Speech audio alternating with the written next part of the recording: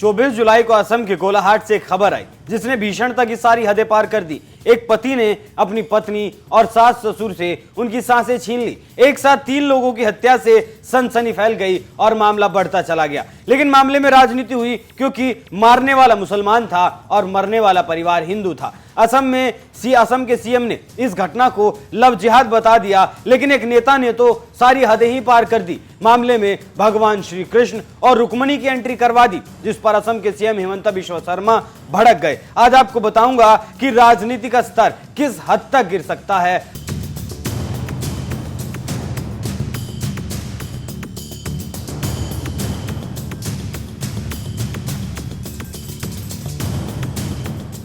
नमस्कार, NMF news देख रहे हैं आप। मैं हूं आपके साथ अभिषेक पुंडीर। असम में कांग्रेस के प्रदेश अध्यक्ष हैं भूपेन बोरा। इन साहब ने भगवान श्री कृष्ण को लव जिहादियों से जोड़ दिया। अब पहले आप मामला सुनिए। नजीबुर रहमान, ये नाम उसी इंसान का है जिसने 3 जानें ली हैं। खबरों के मुताबिक नजीबुर ने पहले फेसबुक के जरिए संगमित्रा को फंसाया और फिर उसे और उसके मां बाप की हत्या कर दी, फिर भाग गया। लेकिन जब पुलिस ने मामले की जांच शुरू की तो अपने 9 महीने के बच्चे को लेकर सरेंडर करने के लिए थाने में पहुंच गया। लेकिन इस मामले में जो राजनीति हुई उसका स्तर विपक्ष ने इतना गिरा दिया कि पूछिए मत। असम कांग्रेस के प्रदेश अध्यक्ष भूपेन बोरा का बयान सुनेंगे तो बोरा जाएंगे। भूपेन बोरा ने कहा, युद्ध और प्यार में सब जायज है। हमारे प्राचीन ग्रंथों में ऐसी कई कहानियां हैं, जैसे भगवान श्री कृष्ण भी रुक्मणी के साथ भाग गए थे।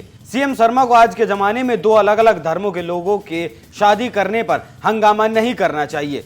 अब अगर कोई भूपेन बोरा से पूछे कि ऐसे एक हत्यारे की तुलना भगवान श्री कृष्ण से कैसे की जा सकती है, और रही बात प्यार और युद्ध में सब जायज है, तो क्या जिससे प्यार करते हैं उसे मार भी सकते हैं? जब मार दिया तो प्यार कहां है? और किसी इंसान के जान लेने का अधिकार प्यार कब से देने लगा? कौन सा कानून इस बात की इजाजत देता है? अपने बयान के साथ उस कानून को भी चस्पा करें भूपेन बोरा। हालांकि भूपेन बोरा के बयान के बाद जवाब देते हुए असम के सीएम ने कहा, लव जिहाद को भगवान श्री कृष्ण से जोड़ना दुर्भाग्यपूर्ण है। वो किसी को गिरफ्तार करने का कदम नहीं उठा सकते, लेकिन इस बयान से सनातनियों की भावनाएं आहत हुई हैं और वो पुलिस में शिकायत दर्ज करवाएंगे। तो कार्रवाई को कैसे रोका जा सकता है? केस दर्ज होगा तो गिरफ्तारी भी होगी, क्योंकि भगवान श्री कृष्ण ने रुक्मणी का धर्म नहीं बदलवाया था। हम हर विवाद में हजरत मोहम्मद और जीसस क्राइस्ट को नहीं खींचते हैं।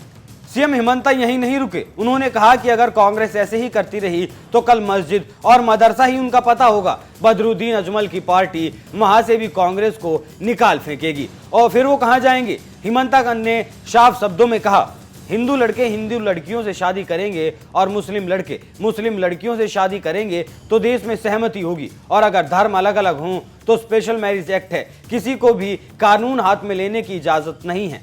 सीएम शर्मा का कहना है कि हमने गोलाहाट में तीरे हत्याकांड में लव जिहाद का अंजाम देखा है। इसका शिकार हुई लड़कियों की आत्महत्या की कई दुखद घटनाएं सामने आई हैं। मैं युवाओं से हमारे राज्य की शांति और सौहार्द के हित में लक्ष्मण रेखा पार नहीं करने की अपील करता हूं। देश में लव जिहाद की हुई घटनाओं में को हम अक्सर देखते हैं। जब एक मुस्लिम लड़का किसी हिंदू लड़की से शादी करता है तो उसके परिणाम भयावह होते हैं। कहीं लड़की खुद फंदे से लटक जाती है तो कहीं उसे लटका दिया जाता है, कहीं लड़की को सूटकेस में बंद कर दिया जाता है। लेकिन फिर भी रोज इन घटनाओं को देखते हुए कोई भी समुदाय सीखने के लिए, समझने के लिए तैयार नहीं है, क्योंकि घटनाएं रुकने का नाम नहीं ले रही। प्यार एक अलग बात है और प्यार के नाम पे जिंदगी को लील लेना बिल्कुल अलग बात है। श्रद्धा वॉलकर को यह देश नहीं भूला है। उत्तराखंड में हुए विवाद को भी कोई नहीं भूल पाया है। देश इस आग में जल रहा है, लेकिन नेता अपनी तुष्टीकरण की राजनीति में अंधे होकर अनर्गल बयानबाजी करने से बाज नहीं आते। अगर भूपेन बोरा के बयान को ही देखा जाए तो क्या नहीं लगता कि भूपेन बोरा